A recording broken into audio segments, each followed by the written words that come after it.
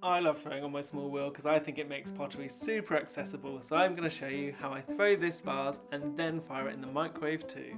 After centering, I squeeze the clay like you do toothpaste from the bottom to the top to get a cylinder. And once I've got the cylinder, with this one I'm going to close the form off and I'm going to open it up with the base of a paintbrush. That will open it up, creating a rim that is nice and symmetrical, so no wobbly pots. And then with the bristly bit, I'll just tickle that rim, making sure it's nice and neat before profiling the outside.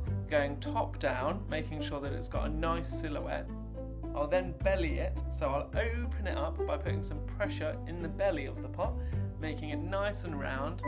And it's a bit more vase shaped now, but it's still a little bit rough. So now we can refine the pot, and I like to do that starting at the base, working all the way up to the top. You can really collar it in and make sure that that rim is the shape that you want.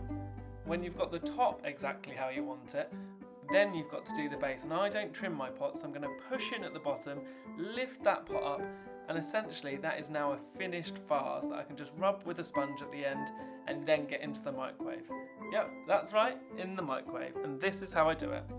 You can do all firings in the microwave: bisque, earthenware and stoneware. This one I'm bisquing. It's been in the microwave for about 10 to 15 minutes. Each one is different, but I know it's done because it is glowing. And here I'm going to show you, it's red hot, so you know bisque has been achieved.